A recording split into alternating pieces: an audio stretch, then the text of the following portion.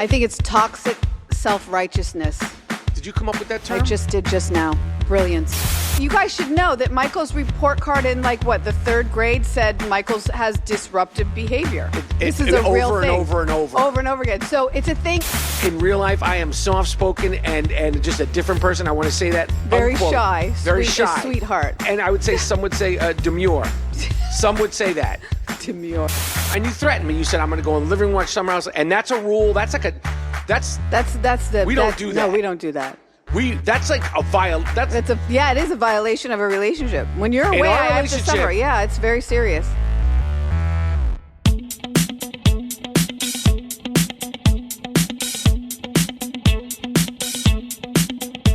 One 2 2 2. Yes. Yes. Welcome Welcome to Rapaport'S Reality. My name is Michael Rapaport. And I'm Kebe Rapaport. And this is our podcast where we discuss all things reality TV, all things popular culture, and a few very important things about our relationship. If you've never listened to Rapaport'S Reality, subscribe, rate, review. You could follow us on Instagram at Rapaport'S Reality, where we share fantastic clips, fantastic videos, and I go off the reservation. Yes. And I will say things about different reality stars and opinions that my wife, Kebe, suggests I don't do. That's really what it is. That's it. Right.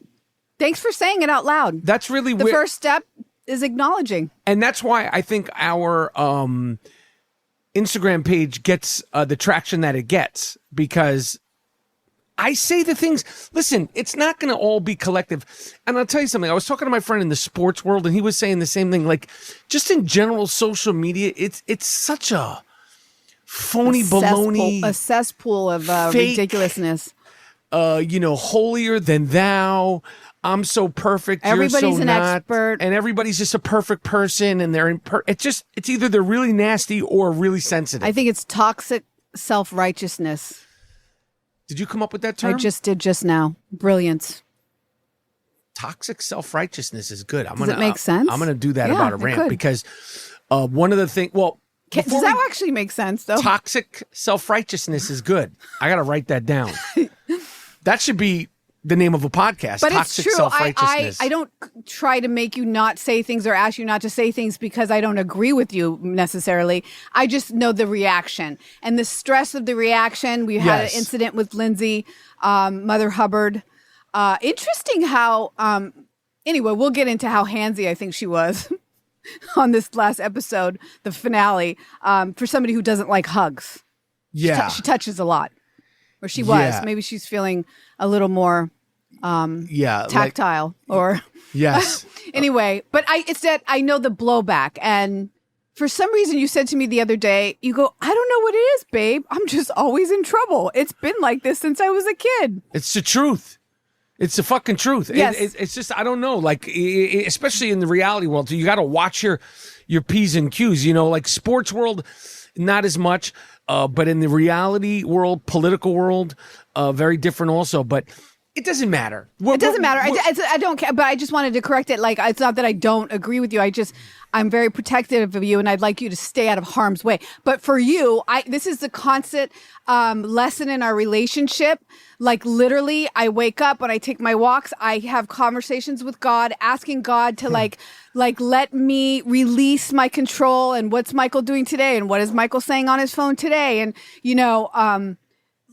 protect my husband, and it's difficult. You guys should know that Michael's report card in the third grade said Michael's has disruptive behavior. This is a real thing. Over and over again. So it's a thing, and I have to constantly, through my dedicated love and devotion, have to say, you're on your own path. God's got you. And I have to go, hey, it's my husband. If he this is what he needs to does. Get this out about Lindsay, he's going to get it out. He's going to get it out. He's got to say what he's got to say.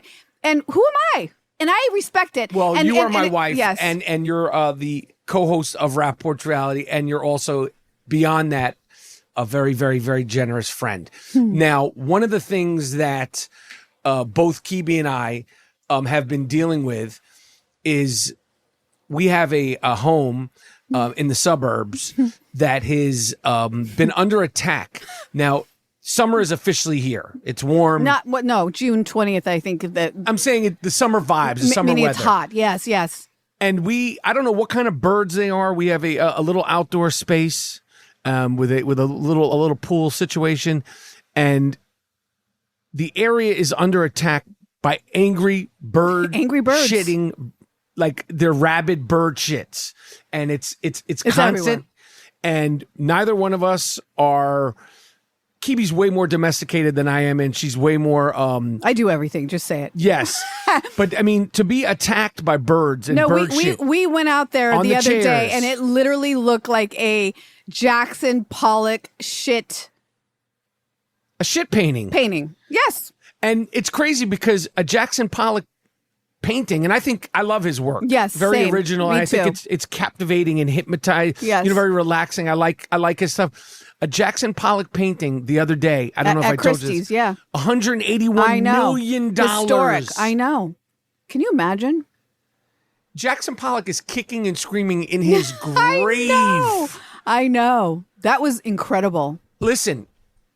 That's insane. What do you think? Kebe's also very versed in art. If you never read my book, this book has both sports rants from the MVP of Talking Trash. I tell a story about when Kebe and I were dating, and I think it was 92, 93 this year. It may have been her first or second trip to New York. We went to go see an art exhibit that really, especially as a young, up-and-coming artist, it really changed and inspired me in a deep way. Kebe insisted that we go to the Museum of the MoMA. Not the MoMA. Yeah, it was at the MoMA. That's the one on Fifth Avenue, right? Yeah. No, the Met. Oh, it is the Met. You're right. Metropolitan. Yes. And there was an Picasso exhibit called Picasso and His Weeping Women. Yeah. And the exhibit showed how Picasso infamously and iconically would paint women that he was in love with. And I was so inspired by this, specifically because in the beginning he would paint them in a very beautiful way and a very loving way. And slowly their faces became very distorted. And then he started doing what became one of his signature things. He would do like these distorted, the eye would be over here and the nose be over there. And I remember distinctively while we were walking through that exhibit, you explaining it to me and we were reading about it. And I was just like, oh shit, because the art, as far as painting, because as a kid, you go to the museum and I'd get asked. Oh, I had to. You kicked and screamed to go with me. You know, I've said this. Let me just say, but I was so inspired by that. And at the time, as a young artist, because I was able to understand artists on film, actors and all that stuff, and even musicians, but to see a painting and a painter and a series of painting that I was able to understand the emotional connection, it was very, very inspiring. Wow. And I talked about it in my soon-to-be New York Times bestseller. This book has both sports rants from the MVP of Talking Trash. When I equated Picasso to Allen Iverson, the basketball player. That's funny. That being said, 181 mil. Yeah, that's a lot. It's a lot of Skrilla. What the fuck? Who has 181 if you have 181 for a painting? Yeah, well, you're living in a different stratosphere. But that's insane. Like, think about that. Yeah. So a pair of shoes is a house. Like, you have the house that is warranted with security to have the $181 million painting. Imagine people that have massive collections, you know. It's interesting that art could at one point be done. Didn't we watch a documentary on he did it like outside of a garage or something? And it's nothing. This is nothing. And there was hundreds of them. And if you would have seen one of his paintings at a garage sale, you could have passed it up for sure. Be like, $50 is too much, Jackson. Yeah. Can I give you 40? And he would have been like, yes, give me 40. Right, exactly. Yeah, interesting. So our backyard looked like that. And for me, as a self-diagnosed OCD clean freak. Yeah. Okay. That is really unsettling. It's disgusting. And also very uncomfortable because they just opened up the pool. You know, winter's over. We have a little cafe back there we opened up. Mike has decided that there's a cafe. He's put up an umbrella, his table and chairs where he likes to sit. I would like to do the official announcement. What's that? Of the cafe. We have opened a cafe. It's a private membership only cafe, and the only membership is Kebe and I. But we have opened up Cafe Elegance. I don't even think I'm a member because I'm the chef. I'll give you membership. It's like the fucking Soho House. It's Cafe Elegance. Yeah. Not Cafe Elegant. It's Cafe Elegance. And we pride ourselves on elegant food, elegant lifestyle, elegant living. Yeah, Cafe sure. Elegance. And it's surrounded by bird shit. It can't be surrounded by bird shit. No, that's why. And there you ain't know nothing elegant about bird shit. No, and it got you activated. Like, got out the hose. I mean, you don't do much physical work. No. Usually that's me. And it bothered you so much. And then you sprayed it down. It was an onslaught. Yeah. It's a little too It looked hot. like it was a personal attack. Yeah, it felt that way. It felt like there's some birds in the neighborhood that don't like us. But I will say, I called the pool people because I thought, let me close the cover to the pool. But then I thought, no, because if I close the cover, the automatic sliding cover, then the birds will just poop on that. And then I'll have to hose That's that down. disgusting. And that will go in the pool. And Yeah, you can't do that. And purposely, I made it not a saltwater because in LA we had saltwater pools. Because that's but the chlorine. better. But the chlorine, I felt like living by the water and the salt. And listen, and we're not in it that much. I'm like, it's easier to not. I don't know why I did it. I think I was advised. No, somehow. I think it's good, especially with the bird shit. So I called the pool guy over and he looked at me. He said, "Ma'am, I don't know. I'm not a bird expert. I'm a pool guy." And I said, "Touche and fair enough." So I don't know. There's big blobs. Then I said, "Can you guys come twice a week until this is over?" He said, "It's going to end." There's a neighbor not far from us that he has it, and he is going insane. Like he's ready to move. Like that's how bad it is. Well, now, so then it wasn't personal. That's so good I've to tried know. everything. I've tried the little plant. This happened last year.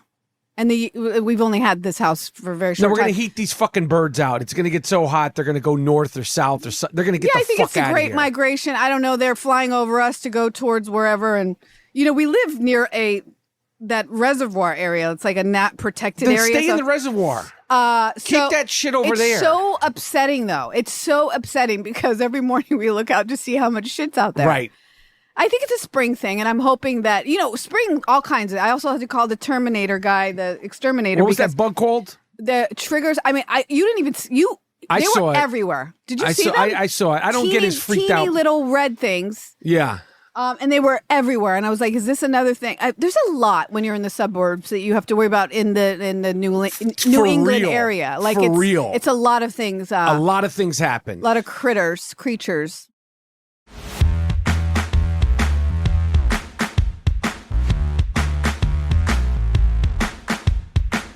In between Cafe Elegant, cleaning up bird shit, and the rest of our super duper high end busy schedule, we watched a documentary that is seeming to have people all up in their feelings, and it should. It's not the greatest documentary, but to me, it's like a documentary. It tells a story, and it tells a story plainly. And I feel like sometimes documentaries are asked to answer questions that are not answerable. Right. That'll be a critique.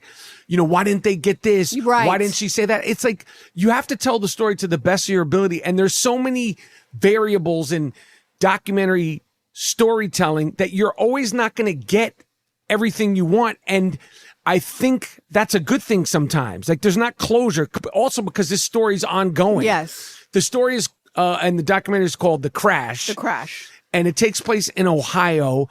And it's this young girl who was like a fucking, a wannabe influencer. She had a very, not that she had a big online presence, but she made a lot of TikTok videos and she was online a lot. And she had a boyfriend. Smoking weed in the camera, and she had this boyfriend. She was the mean girl of the high school. Yes. And she had this boyfriend she was with for many, many, many years. On and off, right. And when it looks back in the documentary, because like Kebe said, all her social media was posted, which is...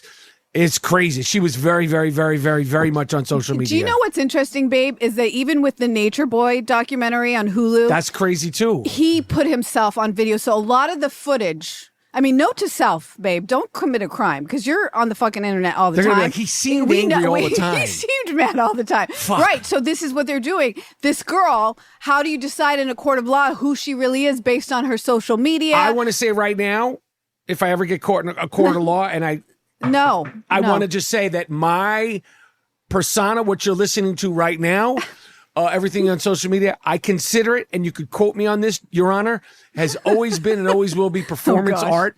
This is just a character. Right. This is in real life. I am soft-spoken and just a different person. I want to say that. Very unquote. shy. Very shy. shy. Sweetheart. And I would say some would say demure.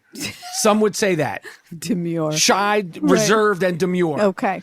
So, yes, I think one of the things in the documentary is that we're watching these documentaries and they're made by the people they're about through their own telling of themselves through social media, right? They're using, completely. Yeah. And that's, to me, an interesting state of the world where everybody wants to be somebody. So we're putting our faces out there, and the need to be seen. If you get yourself in trouble, it may work against you. It's completely right. And we talked about Nature Boy, which on the last episode, which we also highly recommend and is inciting, and you want more answers, and there's plenty more footage. Again, you don't get everything you want from the documentary. But this girl and her seemingly young love, toxic relationship with this poor kid ends when there's a car crash with the main girl and her boyfriend and her boyfriend's best friend. They were a close friend group. And she fucking was driving at 100 miles per hour at 5:43 in the morning and rode directly into right the school. into a brick wall. Yes. And the two other passengers died. She somehow got some injuries, but not terribly Can you imagine? injured. And at first it seemed like just a terrible accident. Was it drunk driving? Was she on weed? Was she on drugs? Totally sober. I mean, a little bit of weed because weed, she was a weed right. smoker, but they said it wasn't enough to No. Impair even commit her. a crime. Right. Yeah. And push comes to shove, and I'm going to give a spoiler alert, she gets convicted for ramming herself and her boyfriend and her boyfriend's friend into a fucking brick wall, and they unfortunately died. They're all young. She was like 18. They were like 19. It was terrible. And this girl is a fucking character. She's nuts. She was nuts before the crash. I saw it. Like, I could see it from her eyes the whole time. Every video, her eyes, there's like nothing behind there. Nothing, zero. And she, like we said, everything is documented. She's on social media. She wanted to have brand deals. And then while she was recovering from this injury, a few weeks after this terrible accident, she's reaching out because a brand finally got back to them while she's in the hospital with a fucking neck brace and a broken arm. And she's like, I would love to work with you. This is crazy. And right. And the idea is that your boyfriend is dead and his best friend is dead, and you're not that long after ready to go to work. Crazy. Wait, as listen. An influencer. But what stands out to me is that she makes the turn before the car goes 100 miles, and she's driving perfect. She makes the turn very slow and then steps on it. They check the car. Nothing's wrong with the car. This documentary. And there's a black box. I didn't know this in cars. Well, it tells when you speed, when you hit the brakes. Yeah, it's essentially like the plane. I mean, the plane, I think, records your voice in a black box. But this records when you hit the brake, when you take it off, when you're stopped. And she had her foot on the gas. Without anyway, letting we don't up. want to give all the Yes. details. But the crazy thing is, she does an interview. First of all, the parents do interviews, but she does an interview from prison after being in there. And she goes from being like a regular sort of Ohio, white girl to like, whoa, Vicky. She goes to Totally. she comes like world star bitch girl. Yeah, she's in there. like Her a black hair, girl. she got baby hairs Yeah, down. she got her baby hairs smoothed down. Yeah, I don't know, lip liner. I don't know. Does she have lip liner on? Yeah, she got the harsh lip liner. I don't know if she's like a chola or a black girl. I don't know what this girl is. She's crazy. And they're saying in prison she's harassing people in prison. She's causing trouble. She's nasty in prison. She's to taking people. people's lovers in prison. Yep, she's had a few of her own. Yeah, I think that documentary is very triggering to me. Sometimes watching these crime things really make me mad because these egotistical, criminal-minded people, they're narcissists and they're looking dead at you and they're on the screen. She's, like they didn't do anything wrong, and I would never do such a thing. I would never have such intentions while she's looking at her lawyer. By the way, her parents were annoying. Somebody else's kids are dead, and the way they were interviewed was like so weird. Very weird. It was so weird. There's not a stitch of regret or humility. There was no solemn sort of type posturing. They should be happy. She seemed like she probably terrorized her parents. I think they were weird. Her and her mom had a secret language that they talked in front of the police. Like, can I just say I was having a seizure at the time? Because apparently she'd been diagnosed with something. They spoke like pig Latin, right? Yeah, something weird. Anyway. It's definitely worth watching, and it's frustrating. And, just when you think they've covered everything with these sick freaks. More is coming out because I think it wasn't there a great one that we love, My Crazy Ex-Boyfriend. They're nonstop. I think the new season, I think she may be one of the. Oh. There's another documentary that shows more, just like Nature Boy. If you go on YouTube and watch the 48 part of Hood Horrors, you'll see more information. Shout out to Hood Horrors, by the way. That guy's great. He put a lot of time into that. Yes. So we love the crash. We obviously, full disclosure, the New York Knicks. Game 1 versus the Cleveland Cavaliers Eastern Conference Finals started exactly at the same time as the finale. This iconic Summer House season finale. And we had to make an executive decision because we were watching the Knicks game, and then towards the middle of the second quarter, I said, fuck it. And I said to Babe, because Babe, we come to terms, we come to terms, and also our shout out to our friend Danielle. Yeah. Like the right thing that we want to watch. She's a real New Yorker, by the way. We want to watch the Knicks. It's live. You can't miss the fucking Knicks. She said, it's the right thing to do. She said it's the right thing to do. I will say, full disclosure, I was weighing, should I watch Summer House first and then tune into the Knicks game? But what I did was, because I always feel guilty. I felt guilty, Babe. Not watching the Knicks. No, I felt guilty. Not guilty. Sorry. I felt bad because Kebe, as much as you try and as much as you push yourself and as much as you try to go, okay, I'm going to watch this football game or I'm going to watch this you just never can sustain it. And I know you were like, I want to watch fucking Summer. And you threatened me. You said, I'm going to go in the living room and watch Summer House. And that's a rule. That's like we don't do that. No, we don't do that. That's like a it is a violation of a relationship. When you're away, I have to summer. Yeah, it's very serious. Like when I'm away, we're like, fuck it, we're gonna watch it when we come back. Right. If it's 2 days, 3 days, we're gonna watch it when we come back. But I gotta be honest, I get FOMO because the whole world knows, and I don't want to go on I'm not the internet person. I try to stay off. Lately, I'm having a hard time. But if I go on Instagram and I see clips of what had happened from in the city because we didn't watch it, I feel FOMO. I get it. Yeah. What we wound up doing was halfway through the second quarter into halftime, the Summer House had already been up so we could speed through the commercials and all that stuff. And we watched the finale. And what is your takeaway of this season, Babe? And as we head into this reunion, what are your general thoughts on the season? What are your general thoughts on Kyle? What are your general thoughts on Ciara, Amanda, and the whole thing? Because we're like screaming at the screen. Yeah. We're like watching a horror movie. We're like, fuck that motherfucker and fuck that B word. And we're very invested. It's interesting that like it happened and then we're going back to see how it may have occurred. But and then, I go back and forth. It's like, were they seeing each other in the summer? They definitely were having an emotional relationship for sure. Some sort of. Something, yes. But then I could say, well, Wes seems like he has an emotional relationship with everybody. He's very demonstrative with his touching and behavior, and he kisses everybody on their forehead. A girl loves to be kissed on her forehead and a long embrace from a guy. This is just what it is. I prefer my husband, to be honestly. But like these girls all get a long hug from him, and the I love yous are flowing. So the whole house, I love you so much. I love you. I love you. I think that this is something that we just don't understand. Anyway, I think that I don't know. I'm triggered by the whole show. It triggers me too. Bothers me. It really bothers me that with her looking Ciara dead ass in the face and saying like, you're always there for me and I have such good friends like you. Her and Mia. She was talking to the girl Mia. Yeah, like what?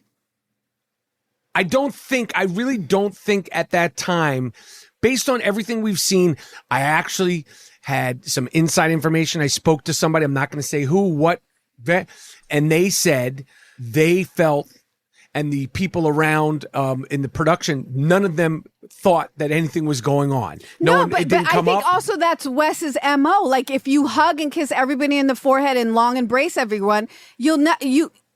Let me tell you something, babe.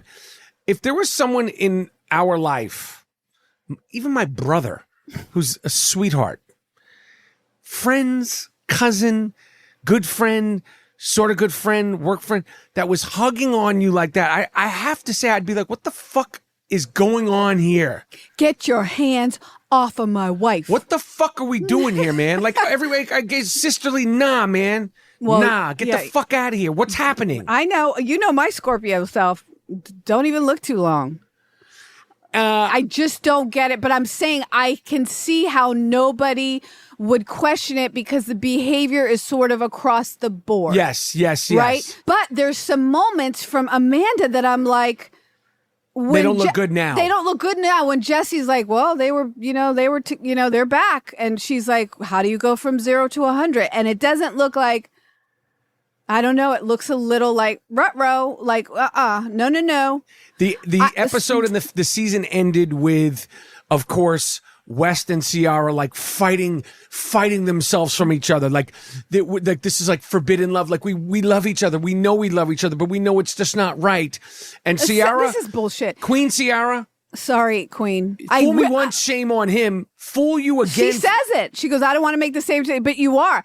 I'm like, I don't know if his D game is all that. Like his dick game is good. He showed his naked pictures. It doesn't seem. What is it about this guy? Is it the long? I'm telling you, the long embrace with the forehead kiss. Is it daddy issues? What is it?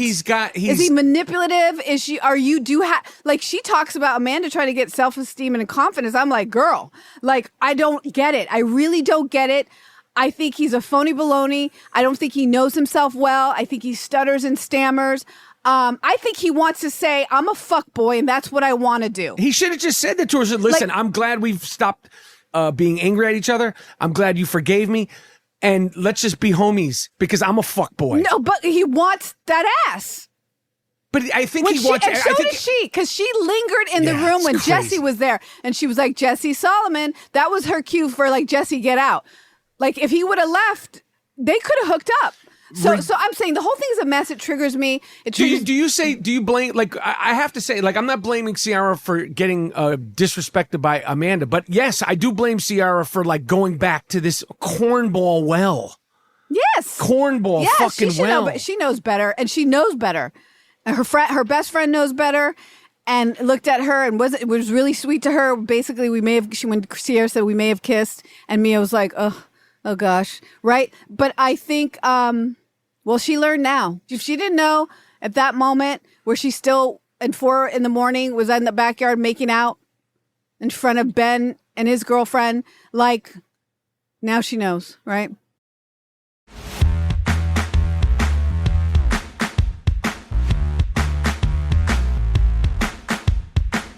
What did you think watching Kyle and Amanda essentially have that very dramatic breakup scene on the front steps? And then in the beginning of full transparency, we didn't watch the entire episode of, what is it called? New York? In the City. We watched that first scene, which is what we came there for, which was almost shot like last week. And how we watch it is that usually Bravo, when they're transitioning to another spinoff, they roll into it without saying anything. So it's seamless. It's seamless. So you don't know what the fuck's happening. So that's and I was like, nah, motherfucker, halftime's over. Right, exactly. Like, no, we're not doing this shit. So you cut me on that. Well, that scene on the front stoop in Summer House was truly, truly emotional. And if you've ever broken up or been broken up with, that hits. It was like some Ryan Gosling shit. Totally. And even though Kyle's been a fuck up, and Kyle has been a fuck up. Oh, boy. Yes, of course. For me, it was just, I hate to see, like, because you like all the people. Like, yes. I don't, there's no one on any of these shows, as frustrating as the people on Atlanta have been recently, and as frustrating as Kyle could be, and even Sandoval and Jax, like any of them. You want them to win. I always want them to win. Otherwise, I'm not. Like, I'm looking at them as people, and like, I want them to, find happiness, find peace, and all that shit. So watching that, and although they don't have kids, right? So I don't know, why they chose to get married. Yeah. It's just a business decision. I think Kyle wanted kids, and she wasn't quite ready. Kyle didn't want kids. No, I don't think, he wants to be a DJ. And thank God they don't have kids. Yeah, thank God. They were not ready for kids. This relationship was not good, obviously.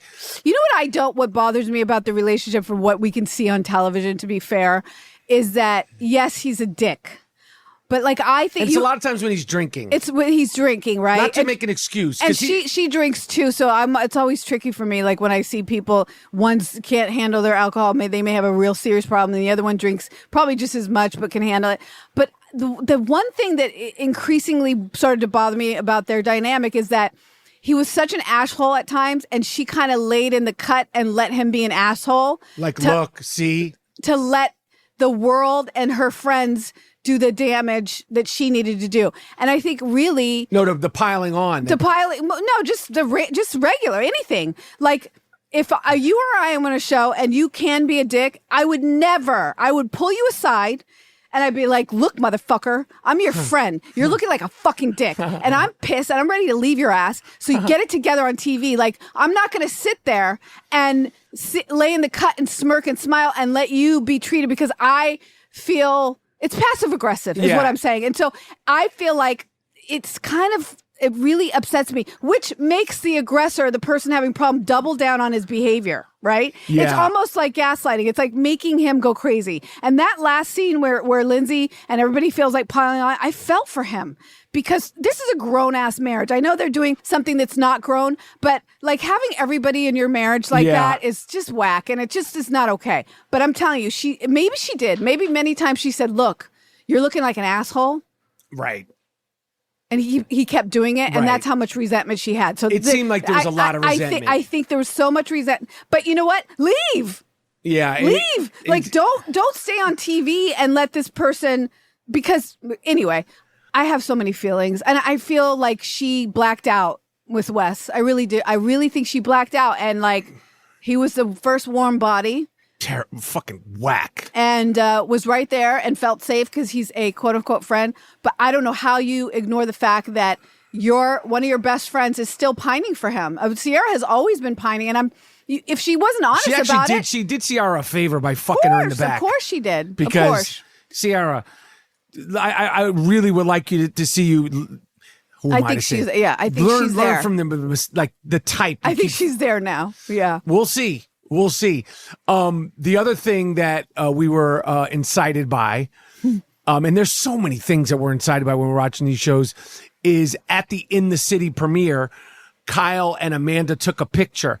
And they took a picture together, and they were smiling together on the red carpet at the premiere, and people were fucking pissed off at him. How could you do that? Why would you speak to her? Why would you look to her? Why would crazy. How could you stand next to her? So crazy. And then he went on video and he's like defending himself. And I get why he would do that. Yeah.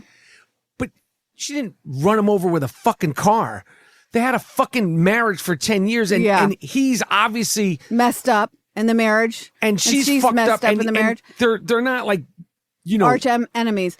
Yeah, it's interesting. The position, and that's his feelings. This is their relationship. Yes. I don't know what people want them to, like, should he punch her in the face? No, it's also Spit in her face? Also, it's a work engagement. And I think that professionally, that's what they should be doing. And I also think that it's so fascinating. Like, I always say, like, keep your side of the street really clean, because, now Kyle is looking, I see comments and Kyle's looking like, I can't believe I could love Kyle. Like, all of a sudden he's the protector. He's the guy that has the wisdom, and he's going to rise above and be the better person. And I think that's what happens when, like if we're in a fight and you're usually the one in trouble in our relationship, because you are. And then when I fuck up, you love it. You love it. I love it so much. Because it's hard to be in the hot seat all the time. And he's been in the hot seat, right? So I think he's almost in the position to be the bigger person, because he's like, thank God she fucking did something, because I woke up at a fan's house drunk probably for the third time, or whatever. We're seeing on TV. Whatever. Yes, we don't even know really what's going on. So I just think the whole thing is really interesting, how even us talking about the relationship right now, we're fans. I don't know how we could think that a marriage of 10 years that two people take a picture together and smile and are kind to each other is a bad thing. Babe, if you and I were at a coffee shop this afternoon and we saw Amanda and we made eye contact with Amanda, we were not going to be like, you fucking bitch, da da da da. We would be nice to her. Yes, of course. We would be nice to her and be like, I hope you're good. I hope you're taking care of yourself. Like, she's a human being. Yeah. And these are young people. They're making mistakes in front of our eyes for our entertainment. Right. I just don't understand what people expect. And they're offended by what and how he reacted to his ex-wife, who's obviously still his wife, still struggling no matter what he did. Like it's just crazy to me that people get so. But it's how you started this conversation about the internet. Like, it's brutal out there, babe. The internet is some crazy shit. Anyway, make sure you subscribe, rate, and review Rapaport's Reality. Make sure you follow us on Instagram at Rapaport's Reality, because I'm sure I'm going to say something on a video that's going to probably incite feelings from somebody somewhere. Also, wait. Speaking of feelings from somewhere. What? I just saw this. Lindsay Hubbard, in the opening episode of In the City, Lindsay Hubbard says that Danielle from Summer House, who's now pregnant, gave her ex, Carl, it's always Carl. Carl is the new Marsha,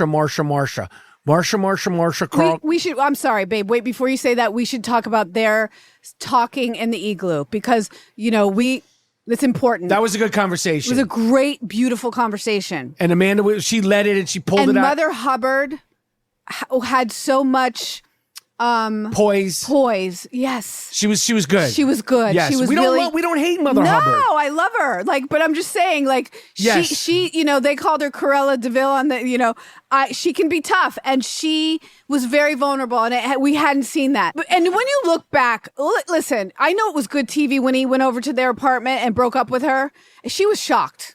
She was fucking shocked, and it made for good TV. But imagine if that's your life. Yes. I'd be walking around pissed too. That's straight up true. I mean, my Scorpio self would try to sting everyone. That's true. So this conversation was so lovely to see. And it seems to me from what I've gathered and seen, he's Uncle Carl now. And that makes me very happy. So continue. In the opening episode, she says that Danielle, who I wasn't aware at a panel that I was doing in 2023 at BravoCon Las Vegas, she was looming around, dancing, very drunk. Not for anything towards me, but it was I kind of thought it looked to me because I was standing there watching you off to the side, and it seemed like she was trying to garner attention from the crowd around to take it away from the guys on stage. And it was like... Do you remember who I was on stage with? It wasn't... the below deck, all the captains. Oh, right. And she was dancing, and slowly your audience started to turn around and look at what she was doing. And she was dancing seductively, and she was in her own world. I mean, it's very bizarre. Seductively and drunkenly. Drunkenly, yes. It's what it seemed like. I think, allegedly. I don't know if she was, but it looked like that. I don't know her, but she did not look like she was in her full... right mind, allegedly. And it might have been performance art. Who knows? Right. We're not saying she was drinking. But it was weird. And it also seemed a little rude when somebody's on stage doing a panel and you're... anyway. Yes, I totally remember it. Anyway, Lindsay says that she gave Carl a hand job. Who did? Danielle gave Carl a hand job a week after they broke up. That's what she said. Come on. That's what she said. What do you want from me? I'm not reporting the news. I'm just giving it to you. I'm just giving it to you. Whoa. So but then people are saying, are they trying to turn this into, another scandal, another Wes Ciara type of thing, and a storyline? It just the show just started. We didn't even watch the full episode yet. Well, that would be crazy. But it's an incredible time for reality TV. I mean, there's so many shows that are coming. In the next few weeks. So we're going to be talking about them. Summer's going to be packed. I think we got Next Gen coming in the summer, It's right? going to be Next great. Generation. Then we got to figure out what we're going to do with Love Island. And you guys need to figure out what you're going to say when you subscribe, rate, and review. Why do I ask? I'm not sure. Subscribing, rating, reviewing is very important. Yes. But make sure you subscribe, rate, review, and follow us on Instagram at Rapaport's Reality. Love you, babe. Love you, babe.